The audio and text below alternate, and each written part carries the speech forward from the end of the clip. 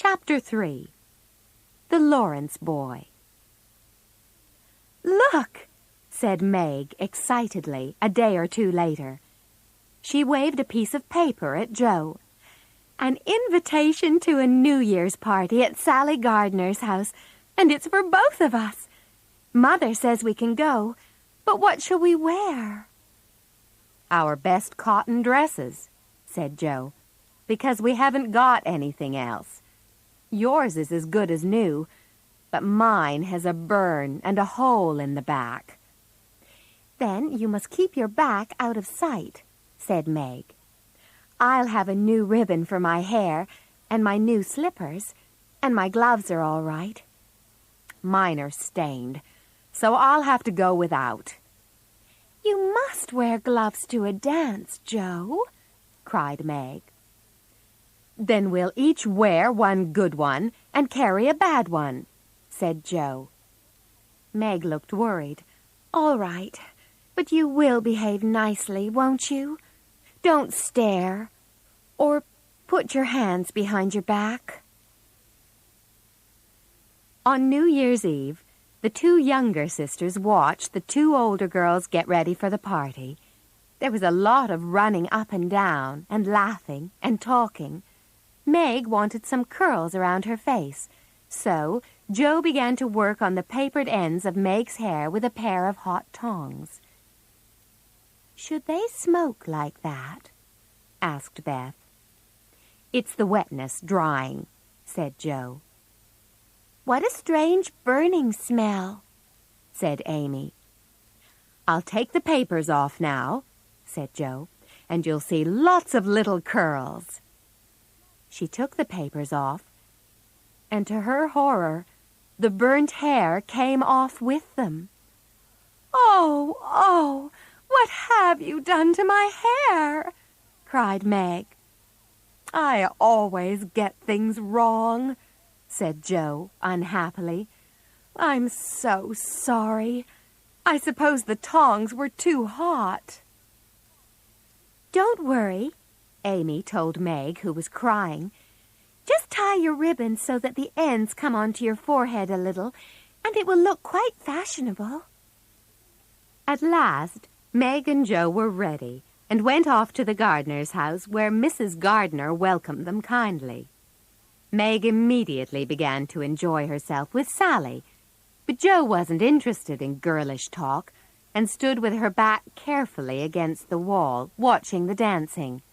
Soon Meg was asked to dance. Then Joe saw a big red-haired boy coming towards her, and she quickly went through a door into a small room. Unfortunately, another shy person was already hiding there, and she found herself looking at the Lawrence boy. "Oh, dear, I didn't know anyone was here," Joe said. The boy laughed. "Don't go. I came in here because I don't know any people, but I think I've seen you before," he said. "You live near us, don't you?" "Next door," said Joe. "We enjoyed your nice Christmas present." "My grandfather sent it, Miss March." "But you gave your grandfather the idea, didn't you, Mr. Lawrence?" "I'm not Mr. Lawrence, only Laurie," he said. "And I'm not Miss March, only Joe," she said. "Do you like parties?" "Sometimes," he answered. "I've been abroad a lot recently, and I don't know how you do things here." "Abroad?" said Joe. "Oh, did you go to Paris?" "We went there last winter." "Can you speak French?" she asked. He said something in French, and Joe listened carefully. "You asked, 'Who is the young lady in the pretty slippers?' It's my sister, Meg, and you knew it was. Do you think she's pretty?" "Yes," he said. "She looks so fresh and quiet." This pleased Joe very much, and soon the two of them were talking easily, like old friends. "I hear you're always studying hard," said Joe. Are you going to college soon? Not for a year or two, he said. I'm 16 next month, and I won't go before I'm 17. I wish I was going to college, said Joe. I hate even the idea of it, said Laurie. Joe wanted to know why, but he looked so serious that instead of asking, she said, Why don't you go and dance? I will if you'll come too, he answered. I can't because... Joe stopped. Because what? You won't tell? Never. I've a bad habit of standing near a fire, and I burn my dresses, said Joe. I have to keep still so that no one will see the burn on this one. Now, laugh if you like. But Laurie didn't laugh.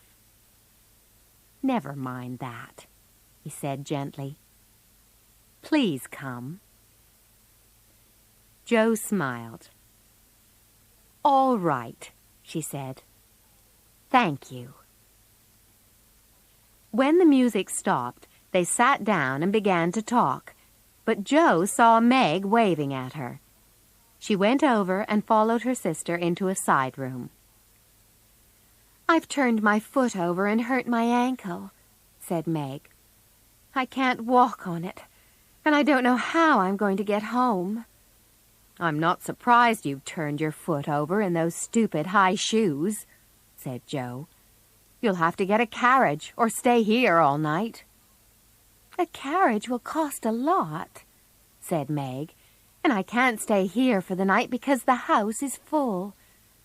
I'll just rest until Hannah comes to fetch us. Then do the best I can. They're going in for supper now, said Joe. I'll stay with you. No, run and bring me some coffee, said Meg.